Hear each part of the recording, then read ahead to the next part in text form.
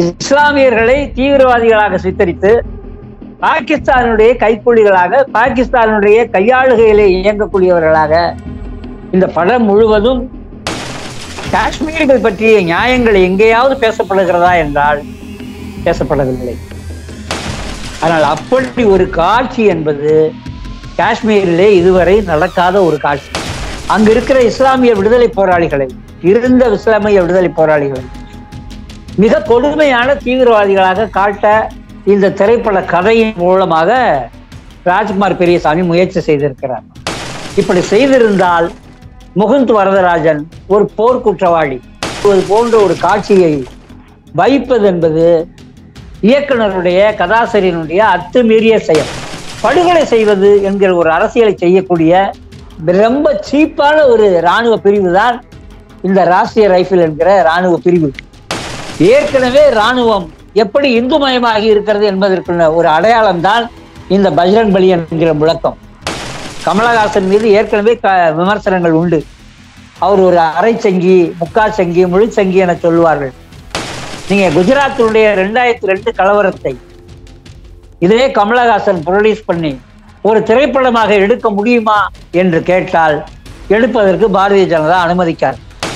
நம்மை பொறுத்தளவு முகுந்த் வரதராஜனை நீங்க ஒரு ஐயரா காட்டியிருந்தீங்கன்னா கூட தமிழனுக்கும் காஷ்மீர்களுக்குமான, தமிழனுக்கும் இஸ்லாமியர்களுக்குமான சண்டையாக நீங்கள் சித்தரிக்கிற இந்த கதையை ஒரு பார்ப்பனுக்கும் இஸ்லாமியர்களுக்குமான சண்டையாக புரிந்து கொண்டிருப்பார்கள் மக்கள். திரைப்பட அரசியலும், திரைப்படத்திற்கு வெளியிலே நடக்கிற அரசியலும் பார்ப்பன சனாதன இந்துத்துவ இந்திய மேலாண்மையை உயர்த்தி பிடிக்கிறது. இளைஞர்கள் மத்தியில் ஒரு பரவலான செல்வாக்கை விக்கிரவாண்டியில் அணிதிரட்டு காட்டிய ஒரு திரைப்பட நடிகர், கட்சியினுடைய தலைவராக உருமாறி இருக்கிற ரசிகர்கள் கட்சியினுடைய தொண்டர்களாக மாற்றப்பட்டு கொண்டிருக்கிற ஒரு சூழலிலே அமரன் திரைப்படம் ராஜ்குமார் பெரியசாமி எழுதி இயக்கிய திரைப்படம். இந்த படத்தை பணம் போட்டு தயாரிச்சிருக்கிறவர் மக்கள் நீதி மையத்தினுடைய தலைவர் நடிகர் கமலஹாசனும் வேறு சில நண்பர்களும், ஏதோ மகேந்திரன். இந்த திரைப்படத்தை வெளியிட்டு இருப்பது ரெட் ஜெயன்ட் மூவிஸ், உதயநிதியினுடைய திரைப்பட கம்பெனி. இசை ஜி.வி. பிரகாஷ். இதனுடைய நடிகர்களாக சிவகார்த்திகேயன், முகுந்த் வரதராஜனாக சாய் பல்லவி அவருடைய மனைவியாக இன்றும் அவர் உயிரோடு இருக்கிறார். ராஷ்டிரிய ரைபிள் இந்திய தரைப்படையில இருக்கிற பல்வேறு பிரிவுகளில் எல்லையோரங்களை காக்கக்கூடிய ஒரு இராணுவ பிரிவு ராஷ்டிரிய ரைபிள். இதிலே மேஜராக பணியாற்றிய முகுந்த் வரதராஜன் தமிழ்நாட்டைச் சேர்ந்தவர். படித்தது தமிழ்நாட்டிலே, கல்லூரி வாழ்க்கை, கல்லூரியிலே காதலித்து அவருடைய கேரள மனைவி வர்கீஸை திருமணம் செய்து கொள்கிறார். இன்றைக்கும் முகுந்த் வரதராஜன் மீது அவர்கள் ஆளா காதல் கொண்டவராக இருக்கிறார். இந்த படத்தினுடைய கதையாக, களமாக இருப்பது காஷ்மீர். காஷ்மீரினுடைய மக்கள், அவர்களுடைய நீண்டகால போராட்டம், இவைகளை எல்லாமே நாம் அறிந்தது. திரைப்படத்தினுடைய தொடக்கத்திலேயே மன்னர் ஹரிசிங் பற்றியும், ஜம்மு காஷ்மீர் இந்தியாவோடு இணைந்தது குறித்தும் ஒரு சில தகவல்களை, வரலாற்று தகவல்களை லேசாக தூவிவிட்டு செல்லுகிறது இந்த திரைப்படம். நமக்கு தெரியும், JKLF, Jammu Kashmir liberation front, Jammu Kashmir விடுதலை முன்னணி சார்பாக நீண்ட நெடிய போராட்டம், மக்கள் போராட்டம், மக்கள் எழுச்சி போராட்டம், ஆயுத போராட்டம் என பரவலாக நடந்து கொண்டிருக்கிறது. ஒருபுறம் இந்தியாவால் ஆக்கிரமிக்கப்பட்ட காஷ்மீர், மறுபுறம் பாகிஸ்தானால் ஆக்கிரமிக்கப்பட்டிருக்கிற காஷ்மீர். காஷ்மீர் மக்களை பொறுத்தளவு இந்தியர்களே வெளியேறுங்கள், பாகிஸ்தானிகளே வெளியேறுங்கள், காஷ்மீர் காஷ்மீரிகளுக்கே என்கிற குரல் நீண்ட நெடிய காலமாக ஓங்கி ஒலித்துக் கொண்டிருக்கிறது. மிக தொடக்க காலத்துல இதற்கு எதிராக போர்க்குரல் கொடுத்து கொண்டிருந்த காஷ்மீரை சேர்ந்த பரூக் அப்துல்லா சிறை வைக்கப்பட்டு தமிழ்நாட்டினுடைய கோடை வாசஸ்தலமான ஊட்டியிலே தான் கொண்டு வந்து அவர் சிறை வைக்கப்பட்டிருந்தார். இன்றைக்கு அவருடைய வாரிசான உமர் அப்துல்லா இயங்கிக் கொண்டிருக்கிறார். மற்றொரு முப்தி முகமது சையத் அரசியல் களத்திலே, தேர்தல் அரசியல் களத்திலே இவர்கள் இயங்கிக் கொண்டிருக்கிறார்கள். பரந்துபட்ட மக்கள் இராணுவத்தினுடைய மிக அதிகமாக இராணுவம் குவிக்கப்பட்ட இடமாக ஜம்மு காஷ்மீர் நீண்ட நெடிய காலமாக விளங்கி வரும். அங்கே மக்கள் நடமாட்டத்தை விட இராணுவ நடமாட்டம் என்பது அதிகமானது. இராணுவ பிடியிலே தான் ஜம்மு காஷ்மீர் மக்கள் அங்கே வாழ்ந்து கொண்டிருக்கிறார்கள். எளிய மக்களுடைய கல்வீச்சு போராட்டம் தொடங்கி சிறுவர்கள், பெண்கள், முதியவர்களுடைய கல்வீச்சு போராட்டம் தொடங்கி ஆயுதங்களை கையில் ஏந்தி இருக்கிற விடுதலை போராளிகள் வரை ஒரு நீண்ட நெடிய காஷ்மீர் உரிமைக்கான, விடுதலைக்கான போராட்டத்தை தன்னுடைய வரலாறாக வைத்துக் கொண்டிருப்பது காஷ்மீர். இந்த திரைப்படம் இப்படி ஏதாவது இருக்கிற பிரச்சனை, காஷ்மீருடைய உரிமை பிரச்சனை, காஷ்மீர் ஒரு பக்கம் பாகிஸ்தானால் ஆக்கிரமிக்கப்பட்டு மற்றொரு புறம் வாக்கெடுப்பு நடத்துகிறோம், இந்தியாவோடு இணைவதா தனியாக இருப்பதா என வாக்கெடுப்பு நடத்தி நாங்கள் இணைகிறது என்றால் இணைத்துக் கொள்கிறோம், தனியாக என்றால் தனியாக என்கிற வாக்குறுதியை நேர்காலத்திலே கொடுத்துத்தான் ஹரிசிங்குக்கு துணையாக பாகிஸ்தானுக்கு எதிரான ஒரு போரை இந்திய அரசு நடத்தியது. இன்றைக்கு வரையிலும் அப்படி ஒரு வாக்கெடுப்பு, பொது வாக்கெடுப்பு காஷ்மீர் மக்கள் மத்தியிலே நடத்தப்படவில்லை. நீங்கள் இந்தியாவோடு இணைந்து கொள்ளுகிறீர்களா அல்லது தனியாக இருக்கிறீர்களா என்கிற வாக்கெடுப்பு நடத்தப்படாமலேயே ஹரிசிங் விரும்பினார், போரிலே பாகிஸ்தானை விரட்டி விட்டால் இந்தியாவோடு இணைந்து கொள்வதாக என வலுக்கட்டாயமாக இணைக்கப்பட்ட ஒரு தேசம்தான் காஷ்மீர். அந்த மக்கள் அந்த உரிமைக்காகவும் விடுதலைக்காகவும் நீண்ட நெடிய காலம் தங்களுடைய விடுதலை குரலை எழுப்பிக் கொண்டிருக்கிறார்கள். இந்த செய்திகள் ஒரு துளி கூட இந்த திரைப்படத்தினுடைய எந்த ஒரு மூலையிலும், எந்த ஒரு ஃப்ரேமிலும் நமக்கு கிடையாது. தீவிரவாதிகளுக்கு எதிரான ராஷ்டிரிய ரைபிளுடைய யுத்தம், அந்த தீவிரவாதிகளும் பாகிஸ்தானிலிருந்து கையாளப்படக்கூடிய தீவிரவாதிகள், அந்த தீவிரவாதிகளும் இஸ்லாமியர்களை தீவிரவாதிகளாக சித்தரித்து பாகிஸ்தானுடைய கைக்கூலிகளாக, பாகிஸ்தானுடைய கையாளுகையிலே இயங்கக்கூடியவர்களாக இந்த படம் முழுவதும் இஸ்லாமிய இளைஞர்களை பாகிஸ்தானுடைய கைக்கூலிகளாக இந்த படம் நம் முன்னே நிறுத்துகிறது. இது நமக்கு புதிதல்ல. ஏற்கனவே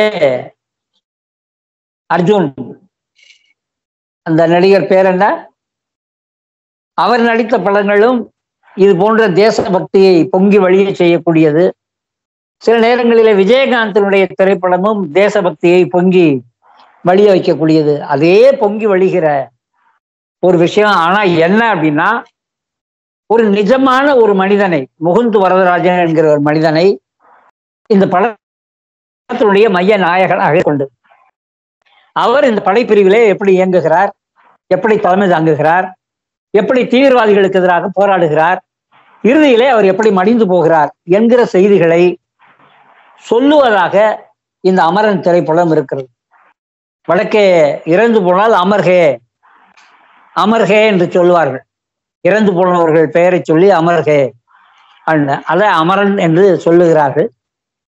அமரனாகிய முகுந்த் வரதராஜன் குறித்த அவருடைய கல்லூரி வாழ்க்கை, காதல் வாழ்க்கை, குடும்ப வாழ்க்கை, இராணுவ பிரிவில் அவர் இயங்கக்கூடிய வாழ்க்கை முறை, யுத்தம் நடத்துகிற முறை, இது எல்லாத்தையும் செய்கிறார்கள். இந்த அரசியல், அவர்கள் கதைக்களமாக எடுத்துக்கொண்ட அரசியல், முகுந்தன் வரதராஜனை பற்றிய கதையை சித்தரிப்பதற்காக அவர்கள் எழுதத் தொடங்கிய கதை, அவர்களுக்கு ஒரு அதர் வேண்டும் இல்லையா?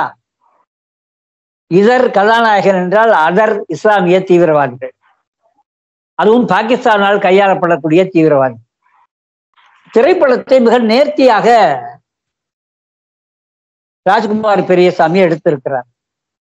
இவர் மணிரத்னம் முகாமில் இருந்து வந்தவர். மணிரத்னம் ஒரு திரைப்படத்தினுடைய பிற்பகுதியில விஷத்தை வைக்க போகிறார் என்றால், திரைப்படத்தினுடைய முற்பகுதியில ஒரே காதலும் கொண்டாட்டமும் ஆட்டமும் பாட்டமுமாக இருக்கும். பார்வையாளர்களை முதல் பாதியில தன்னோடு இணைத்துக் கொள்வார், மெர்ஜ் பண்ணிடுவார். இரண்டாவது பகுதியில திரைப்படத்தை கேட்பாங்க. கிட்டத்தட்ட அதே முறை இந்த திரைப்படத்திலும் கடைபிடிக்கப்பட்டிருக்கிறது. முதல் பகுதி என்பது காதல், கொண்டாட்டம், ஆட்டம், பாட்டம். பிறகு இராணுவத்தில பயிற்சி, அதிகாரியாக, கேப்டனாக, பிறகு மேஜராக அவர் வளர்ந்து வருகிற அந்த தன்மைகள். சிவகார்த்திகேயன் தனக்கான ஒரு ப்ரமோஷன், தனக்கான ஒரு விளம்பரமாக, தனக்கான ஒரு விஷயத்திற்காக மெனக்கெட்டு இருக்கிறார் இந்த கதாபாத்திரத்தை செய்வதற்கு. ஆனால் நடிகருக்கு ஒரு எச்சரிக்கை தேவை. நாம் எந்த கதாபாத்திரத்தை செய்கிறோம், அந்த கதாபாத்திரத்திற்கு நம் நடிப்பின் மூலமாக நாம் நேர்மையாக செயல்படுகிறோம் என்கிற அதே நேரம் அந்த கதாபாத்திரம் நேர்மையாக இருக்கிறதா என்பதை பற்றிய ஒரு பரிசீலனையும் ஒரு நடிகருக்கு இருக்க வேண்டும். முகுந்த் வரதராஜனுடைய மனைவியாக தன்னுடைய முழு நடிப்பையும் கொட்டி இருக்கக்கூடிய சாய் பல்லவி, இவர்தான் இந்த திரைப்படத்தை கிட்டத்தட்ட தூக்கி நிறுத்துகிறார். இவருடைய நடிப்பு, இவருடைய உணர்ச்சி மயமான பங்களிப்பு, இறுதியில தன்னுடைய காதல் கணவன் நான் இறந்தால் அழக்கூடாது என சொல்லி சென்றதை மனதிலே வைத்து கொண்டு அவர் அழாமல் தன்னை அடக்கிக் கொள்ளக்கூடிய, அழுகை வந்தாலும் அடக்கிக் கொள்ளக்கூடிய அந்த கதாபாத்திரம் என்பது பார்வையாளர் வரிசையில் உட்கார்ந்து இருக்கக்கூடியவர்களை அழ வைக்கிறது, விம்ம வைக்கிறது, இமோஷன் ஆக்குகிறது. அதிலும் குறிப்பாக பெண்கள் அந்த கதாபாத்திரத்தோடு தங்களை ஒன்றிக் கொள்ளுகிறார்கள். இது இந்த படம் முழுக்க இருக்கிற அரசியல். எங்கேயாவது இந்த படத்தில் மக்கள் சம்பந்தமான நியாயம், காஷ்மீர்கள் பற்றிய நியாயங்கள் எங்கேயாவது பேசப்படுகிறதா என்றால் பேசப்படவில்லை. போராளிகள் குறிப்பாக காஷ்மீரிலே செய்யாத ஒரு காரியம், பிடிபட்ட ஒரு இராணுவ வீரனை பொதுமக்களை கூட்டி பொதுமக்கள் மத்தியிலே கொண்டு வந்து படுகொலை செய்வதற்கு முனையக்கூடிய, தயாரிக்கக்கூடிய ஒரு காட்சியை இயக்குனர் இந்த படத்துல சித்தரித்திருக்கிறார் ராஜ்குமார் பெரியசாமி. காஷ்மீரிலே போராடுகிற போராளிகள் சிக்குகிற, அவர்கள் துப்பாக்கி சூட்டிலே இராணுவம் சுட்டு அவர்கள் இறந்து போவார்கள். போராளிகள் துப்பாக்கி பயன்படுத்தினால் இராணுவத்தினர் இறந்து போவார்கள். அது இயல்பாக நடக்கக்கூடியது. எங்கே யுத்தம் நடந்தாலும், எங்கே போர் நடந்தாலும், இரு தரப்பிலும் யுத்தத்தில் இறந்து போவது என்பது இயல்பானது. ஆனால் பிடிபட்ட ஒரு இராணுவ வீரனை பொதுமக்கள் மத்தியில கொண்டு வந்து நிறுத்தி கொலை செய்வது என்கிற ஒரு காட்சியை உருவாக்க தொடங்குகிறார்கள். பிறகு சிவகார்த்திகேயனுடைய அந்த குழு, முகுந்த் வரதராஜனுடைய அந்த குழு அந்த இராணுவ வீரனை காப்பாற்றி கொண்டு சென்று விடுவார்கள். அது வேறு விஷயம். ஆனால் அப்படி ஒரு காட்சி என்பது காஷ்மீரிலே இதுவரை நடக்காத ஒரு காட்சி. இந்த காட்சியை இந்த திரைப்படத்திலே சித்தரிப்பதன் மூலம் அங்கு இருக்கிற இஸ்லாமிய விடுதலை போராளிகளை, இருந்த இஸ்லாமிய விடுதலை போராளிகளை மிக கொடுமையான தீவிரவாதிகளாக காட்ட இந்த திரைப்பட கதையின் மூலமாக ராஜ்குமார் பெரியசாமி முயற்சி செய்திருக்கிறார்.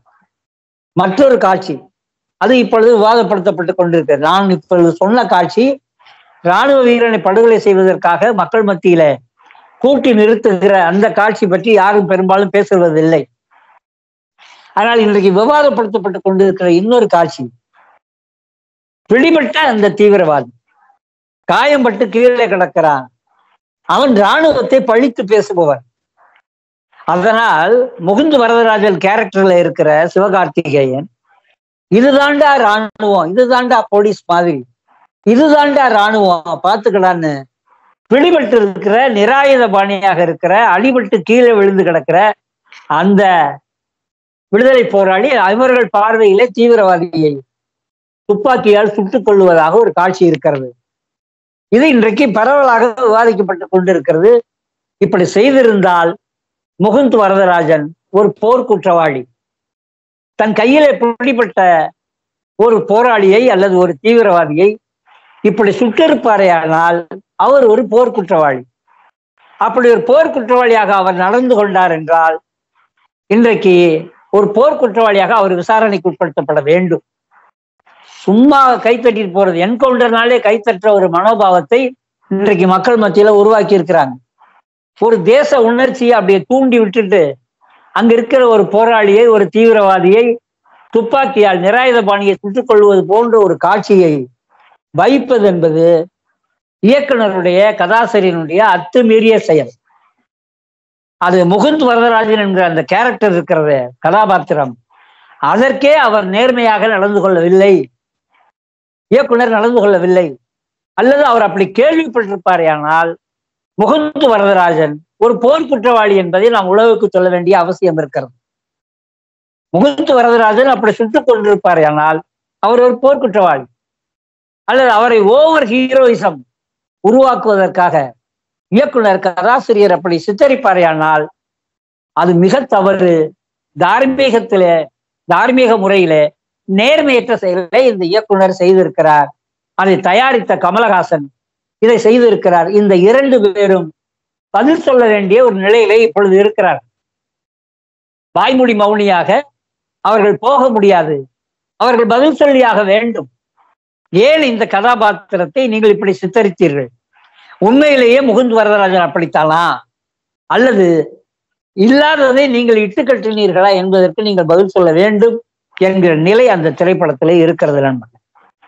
அவர் யுத்தத்திலே இறந்து போகிறார். எந்த ஒரு இராணுவ வீரன், இவர் ஒரு மேஜர், இவர் இறந்து போகிறார். ஏராளமான இராணுவ வீரர்கள் யுத்தங்களில தேச வெறியூட்டி பாகிஸ்தானுக்கு எதிராக, ஒரு சுண்டக்காய் நாடு பாகிஸ்தானுக்கு எதிராக நாங்கள் போர் நடத்துகிறோம் என்னும் பேரிலே ஏராளமான இந்திய இராணுவ வீரர்கள் இறந்து போகிறார்கள். அது புல்வாமில இறந்து போகிறவர்கள், அல்லது காஷ்மீருடைய எல்லையில சீனாவிற்கு எதிரான போர் என்கிற பெயரில் இறந்து போகிறன ஏராளமான இராணுவ வீரர்கள் இறந்து போகிறார்கள். இவர்கள் கேப்டனாகவும் மேஜர்களாகவும் இருப்பவர்கள் இறந்து போகிற இந்த கதைகள் தான் பிரபல்யமான கதைகளாக மாறுகிறது. இந்த திரைப்படத்தின் மூலமாக இந்த கதாசிரியர், இயக்குனர், ப்ரொடியூசர் கமலஹாசன் உட்பட இவர்கள் செய்து, இது ஏற்கனவே கடந்த காலத்துல இவர் எடுத்த திரைப்படம் இருக்கு. இஸ்லாமியர்களே, சர்வதேச இஸ்லாமிய தீவிரவாதத்தை பத்தி எடுக்கிறேன்னு இவர் எடுத்தாரு. அந்த கதை அவருக்கும் புரியாது, பார்வையாளனுக்கும் புரியாது, யாருக்கும் புரியாது.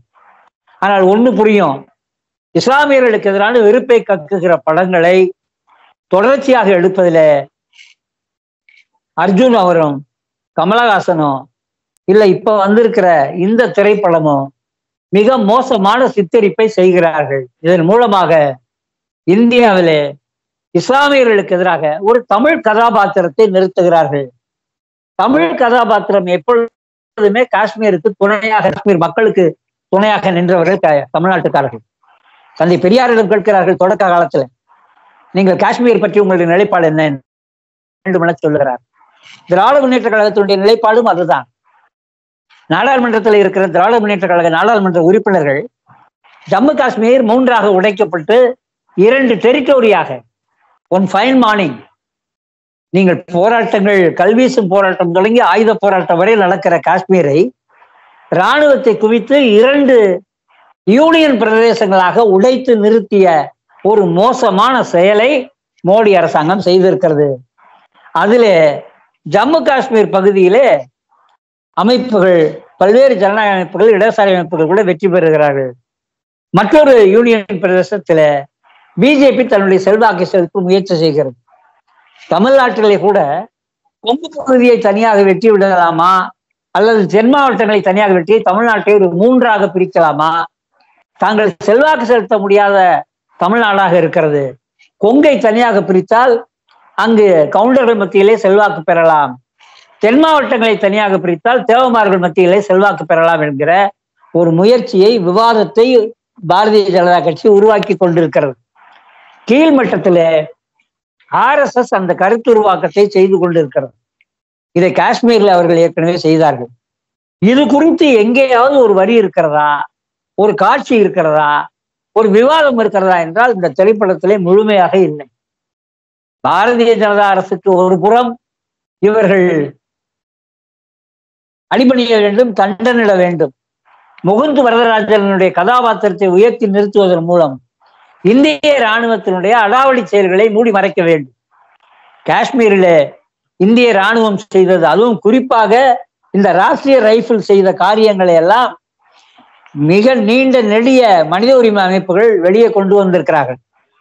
PUCL மக்கள் சிவில் உரிமை கழகம் கொண்டு வந்திருக்கிறது, பாலகோபால் அவர்கள் கொண்டு வந்திருக்கிறார்கள், நிறைய சர்வதேச மனித உரிமை அமைப்புகள் கொண்டு வந்திருக்கிறார்கள்.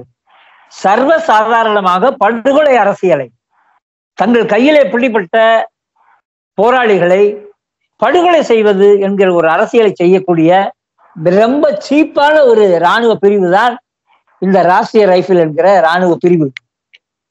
இதை ரொம்ப ஒத்தியாக காட்டுவதன் மூலம் திரைப்படம் ஒரு அரசியலை பேசுகிறது, இராணுவ அரசியலை பேசுகிறது, இந்திய தேசம் என்கிற விஷயத்தை பேசுகிறது. இதுல சில நண்பர்கள் விவரம் இல்லாமல் பஜ்ரங் பலி என்கிற முழக்கத்தை இந்த இராணுவம் போடுகிறது, இந்த முழக்கத்தை ஏன் போடுதுன்னா கேட்டாங்க. இது மாதிரி நிறைய முழக்கங்கள் இந்திய இராணுவ பிரிவுகள் போடுறாங்க. இந்திய இராணுவ பிரிவுகள் போடக்கூடிய முழக்கங்கள்ல பஜ்ரங் பலி என்கிற முழக்கம் இந்த ராஷ்டிரிய ரைபிள் பிரிவினர் போடக்கூடிய முழக்கம். பஜ்ரங் பலினா அனுமாரை குறித்த முழக்கம், அது ராமனுடைய விசுவாசி அனுமார், அந்த அனுமார் குறித்த முழக்கம் பஜ்ரங் பலி என்கிற முழக்கம். ஏற்கனவே இராணுவம் எப்படி இந்துமயமாகி இருக்கிறது என்பதற்குள்ள ஒரு அடையாளம் தான் இந்த பஜ்ரங் பலி என்கிற முழக்கம். நீங்கள் இப்பொழுது பகுதி நேர இராணுவ வீரர்களை உருவாக்கக்கூடிய அக்னிபாத், இனி இங்கே RSS கல்வி எடுக்கப்படும், இந்துத்துவ கல்வி எடுக்கப்படும். அதன் மூலமாக இராணுவம் என்கிற பெயரில் இளைஞர்கள் தற்காலிகமாக இராணுவ வீரர்களாக ஆக்கப்பட்டு வீட்டுக்கு அனுப்பப்படுவார்கள். தேவைப்படும் பொழுது RSS அவர்களை பயன்படுத்தும். ஏற்கனவே இராணுவம் துர்கா என்கிற முழக்கத்தை வைக்கிறது, பஜ்ரங் பலி என்கிற முழக்கத்தை வைக்கிறது, ஜெய் ஹனுமான், ஜெய் ராமர் உட்பட ஏகப்பட்ட முழக்கங்களை அவர்கள் வைத்திருக்கிறார்கள். அது அனைத்து இராணுவத்திலே இஸ்லாமியர்கள் இருக்கிறார்கள், இராணுவத்திலே கிறிஸ்தவர்கள் இருக்கிறார்கள், இராணுவத்திலே பல்வேறு சமூகங்களைச் சேர்ந்தவர்கள் இருக்கிறார்கள். ஆனால் இராணுவ பிரிவுகள் இது போன்ற மதம் சார்ந்த முழக்கங்களை அவர்கள் முழங்குகிறார்கள். ஏற்கனவே இந்திய இராணுவம் இந்துமயமாக்கப்பட்டிருக்கிறது என்பதை நாம் புரிந்து கொள்ள வேண்டும். பொதுமக்கள் ஆயுதமயமாக்கப்பட வேண்டும், இராணுவம் இந்துமயமாக்கப்பட வேண்டும் என்பதுதான் RSS-னுடைய குறிக்கோள். அதை கூட வெக்கமில்லாமல் இந்த ப்ரொடியூசரும் தயாரிப்பாளரும் இயக்குனரும் அந்த காட்சியை வெளியே கொண்டு வருகிறார்கள் என்றால் அவர்கள் இந்துத்துவ அரசியலை எந்த விமர்சனமும் இன்றி பார்வையாளர்களுக்கு கடத்துவதிலே தயாராக இருக்கிறார்கள். கமலஹாசன் மீது ஏற்கனவே விமர்சனங்கள் உண்டு. அவர் ஒரு அரை சங்கி, முக்கால் சங்கி, முழு சங்கி என சொல்லுவார்கள். அவர் இது போன்ற அரசியலை, இஸ்லாமிய வெறுப்பு அரசியலை அவர் பரவலாக்குவதிலே முன்னிலையிலே நின்றவர் தான். அந்த அடிப்படையிலே இந்த திரைப்படம் இஸ்லாமிய வெறுப்பை, இஸ்லாமியர்களை தேச விரோதிகளாக, இஸ்லாமியர்களை தீவிரவாதிகளாக, இஸ்லாமியர்களை பாகிஸ்தானுடைய கைக்குள்ளிகளாக காட்ட முயற்சிக்கிற ஒரு திரைப்படம் இந்த அமரன் திரைப்படம். ஆனால் இதனுடைய முதல் பகுதி காதலும் கொண்டாட்டமாக இருப்பதால் பார்வையாளர்களை ஈர்க்கிறது. இரண்டாம் பகுதி இராணுவ வீரத்தை சொல்வதன் மூலம் தேச உணர்ச்சி என்பது, தேச எழுச்சி என்பது தூண்டப்படுகிறது. இது திட்டமிட்ட செயலாக இருக்கிறது. பாரதிய ஜனதா கட்சிக்கு இது உகந்த செயல். நீங்க குஜராத்தினுடைய 2002 கலவரத்தை இதே கமலஹாசன் ப்ரொடியூஸ் பண்ணி ஒரு திரைப்படமாக எடுக்க முடியுமா என்று கேட்டால் எடுப்பதற்கு பாரதிய ஜனதா அனுமதிக்காது. பாஜக அரசு, பாசிச அரசு அனுமதிக்காது. ஏனென்றால் அது அவர்கள் நடத்திய படுகொலை. இது அவர்களுக்காக இராணுவம் நடத்துகிற படுகொலை, இஸ்லாமிய படுகொலை. அங்கே இஸ்லாமிய அப்பாவி மக்கள் 2000 பேர் படுகொலை செய்யப்பட்டார்கள். இங்கே இராணுவத்தின் பெயரால், யுத்தத்தின் பெயரால், தேச பாதுகாப்பு என்கிற பெயரால் இந்த யுத்தம் நடைபெறும். இந்த திரைப்படத்திற்கு வெளியே ஒரு புதிய விவாதம், இன்னொரு அரசியல் தோன்றி இருக்கிறது. ஏன் முகுந்த் வரதராஜனை ஒரு ஐயராக, பார்ப்பனராக காட்டவில்லை என பிராமண சங்கம் கலந்து கொண்ட இந்து மக்கள் கட்சியினுடைய ஒரு ஆர்ப்பாட்டத்தில் மதுவந்தி, கஸ்தூரி, அங்கே பேசிய பல கைக்கூலிகள் எல்லோருமே பேசிக்கிறார்கள். ஒரு கவுண்டரா காட்டுற, ஏன் ஒரு ஐயரா காட்டுற நீ முகுந்த் வரதராஜன்? கஸ்தூரி குமுறாங்க. அதுக்குதான் இப்ப ஓடி ஒளிஞ்சுக்கிட்டு இருக்காங்க, தெலுங்கு அது இதுன்னு பேசிட்டு. மதுவந்தி அதே விஷயத்தை தான் பேசுறாங்க. இயக்குனர் சொல்றாரு, அவருடைய முகுந்த் வரதராஜனுடைய தந்தையார் என்னுடைய மகன் சான்றிதழிலே கூட தன்னுடைய அடையாளங்களை பதிய மாட்டான், அவனை தமிழனாகவோ இந்தியனாகவோ மட்டுமே காட்டுங்கள் என அந்த குடும்பம் கேட்டுக்கொண்டதாக இயக்குனர் சொல்லுகிறார். நம்மை பொறுத்தளவு முகுந்த் வரதராஜனை நீங்க ஒரு ஐயரா காட்டியிருந்தீங்கன்னா கூட தமிழனுக்கும் காஷ்மீர்களுக்குமான, தமிழனுக்கும் இஸ்லாமியர்களுக்குமான சண்டையாக நீங்கள் சித்தரிக்கிற இந்த கதையை ஒரு பார்ப்பானுக்கும் இஸ்லாமியர்களுக்குமான சண்டையாக புரிந்து கொண்டிருப்பார்கள் மக்கள். நீ பாப்பானாவே காட்டியிருக்கலாம், தாராளமா காட்டியிருக்கலாம். கஸ்தூரி விரும்புற மாதிரி, மதுவந்தி விரும்புற மாதிரி ஒரு ஐயரு, ஏன்னா வர்றாங்கல்ல மலையாள திரைப்படங்கள்ல மம்முட்டி ஐயரா வராரு. ஆந்திர திரைப்படங்கள் சமீப காலங்கள்ல ஐயர்களைத்தான் கதாநாயகங்களாகவே காட்டுறாங்க. பூணூல் போட்டு பூணூலை உருவிக்கிட்டு தான் அங்க உள்ள ஹீரோ. என்டிஆருடைய பையன், மூத்த பையன், இளைய பையன், எல்லா கதாநாயகங்களும் ஐயர் சிருஷ்டிகளாக, சமஸ்கிருதம் பேசுபவர்களாக சித்தரிக்கப்பட்டு கொண்டு வந்து கொண்டிருக்கிறார்கள். அருமை நண்பர்களே, திரைப்படத்திற்கு உள்ளே பேசப்படுகிற அரசியல், திரைப்படத்திற்கு வெளியே பேசப்படுகிற அரசியல், இவை எல்லோருமே எதை தூக்கி நிறுத்துகிறது என்றால் பார்ப்பனிய சனாதன அரசியலை தூக்கி நிறுத்துகிறது, இந்திய இந்துத்துவ அரசியலை தூக்கி நிறுத்துகிறது. இராணுவம் எல்லை பாதுகாப்பு என்கிற பெயரால் இஸ்லாமிய வெறுப்பை, இஸ்லாமிய எதிர்ப்பை, பாகிஸ்தான் எதிர்ப்பை முன்னிறுத்துகிறது. ஆக இந்த திரைப்படம் தமிழ் சமூகத்தின் மத்தியிலும் வேறு மொழிகள் மூலமாக பிற சமூகங்கள் மத்தியிலும் நஞ்சை விதைக்கிறது. இந்த நஞ்சு வருங்காலத்திலே இது முகுந்த் வரதராஜன் பெயரிலே விதைக்கப்பட்டால் கூட, முகுந்த் வரதராஜன் என்கிற ஒரு இராணுவ அதிகாரி, பல இராணுவ வீரர்களை பலி கொடுத்தவர், இஸ்லாமிய பொதுமக்கள் மத்தியிலே மிக கடுமையாக நடந்து கொண்டவர் என்ற செய்திகள் எல்லாம் வருகிறது. ராஷ்டிரிய ரைபிளினுடைய மேஜராக இயங்கிய இவர் ராஷ்டிரிய ரைபிள் என்கிற ஒரு வன்முறை இராணுவ பிரிவுக்கு மேஜராக இருந்திருக்கிறார் என்கிற செய்தியும் சொல்லி இந்த திரைப்படம் இன்னும் தமிழ்நாட்டினுடைய திரைப்பட கொட்டகைகளை ஆக்கிரமித்து கொண்டிருக்கிறது. தமிழ் ரசிகர்கள் மத்தியில நாளைக்கு இவர் ஒரு தேச எழுச்சி உள்ளவராக, அந்த அர்ஜுன், நடிகர் அர்ஜுன் வந்தாரு, அவர் போல, விஜயகாந்த் போல நாளைக்கு சிவகார்த்திகேயன் வர முயற்சி செய்யலாம். ஆக நாம் தெளிவாக இருக்க வேண்டியது இருக்கிறது. இந்துத்துவ இந்திய தேசியத்திற்கு எதிராக பன்மை தேசியங்களை, பல தேசிய இனங்களுடைய அந்த அதிகாரத்தை, அந்த பண்பாட்டை, அந்த மொழி பாதுகாப்பை, அந்த அரசியலை உயர்த்தி பிடிக்க வேண்டிய அவசியம் இருக்கிறது. பரவலாக முற்போக்கு அரசியலை, ஜனநாயக அரசியலை, பகுத்தறிவு அரசியலை, தந்தை பெரியாரை, அந்த அம்பேத்கரை, மார்க்சிய விஞ்ஞான கருத்துக்களை, இந்திய இராணுவம் என்றால் என்ன, இந்திய நீதிமன்றம் என்றால் என்ன, காவல்துறை என்றால் என்ன, என்கவுண்டர் என்றால் என்ன, யுத்தம் என்பது எப்பொழுது நடக்கிறது, ஏன் சீனாவுக்கும் இந்தியாவுக்கும் யுத்தம் நடக்கிறது, சமரசமாகிறது, ஏன் இந்தியா பாகிஸ்தானுக்கு எதிரான ஒரு யுத்த வெறுப்பை, இஸ்லாமிய வெறுப்பை கக்கிக்கொண்டே இருக்கிறது என்கிற செய்திகளை நாம் எடுத்து சொல்ல வேண்டியது இருக்கிறது. கடந்த காலத்திலே பேராசிரியர் கிலானி போன்றவர்களை கோவையிலும் தஞ்சையிலும் பல இடங்களில் அழைத்து வந்து கூட்டங்கள் நடத்தினோம். இன்றைக்கு கிலானி மரணித்தார். அப்சல் குரு தூக்கு தண்டனைக்கு உள்ளானார். இது போல ஏராளமான போராளிகள் இறந்து போய் சீக்கியர்களும் தமிழர்களும் தான் இன்றைக்கும் இருந்து கொண்டிருக்கிறார்கள். காஷ்மீர் 2ஆக பிரிக்கப்பட்ட பொழுது அதற்கு எதிராக ஒரு கடுமையான போராட்டத்தை முன்னெடுத்தவர்கள் டெல்லியிலே சீக்கியர்கள் தான். தமிழ்நாடு கூட அடையாள போராட்டங்களோடு நின்று கொண்டது, மௌனிகளாக்கப்பட்டது, மௌனிகளாகத்தான் இருந்தார்கள். ஆனால் காஷ்மீருக்கு எதிரிகளாக தமிழர்கள் கிடையாது, நண்பர்களாக இருக்கிறார்கள். சீக்கியர்கள் நண்பர்களாக இருக்கிறார்கள். திரைப்பட அரசியலும் திரைப்படத்திற்கு வெளியிலே நடக்கிற அரசியலும் பார்ப்பன சனாதன இந்துத்துவ இந்திய மேலாண்மையை உயர்த்தி பிடிக்கிறது.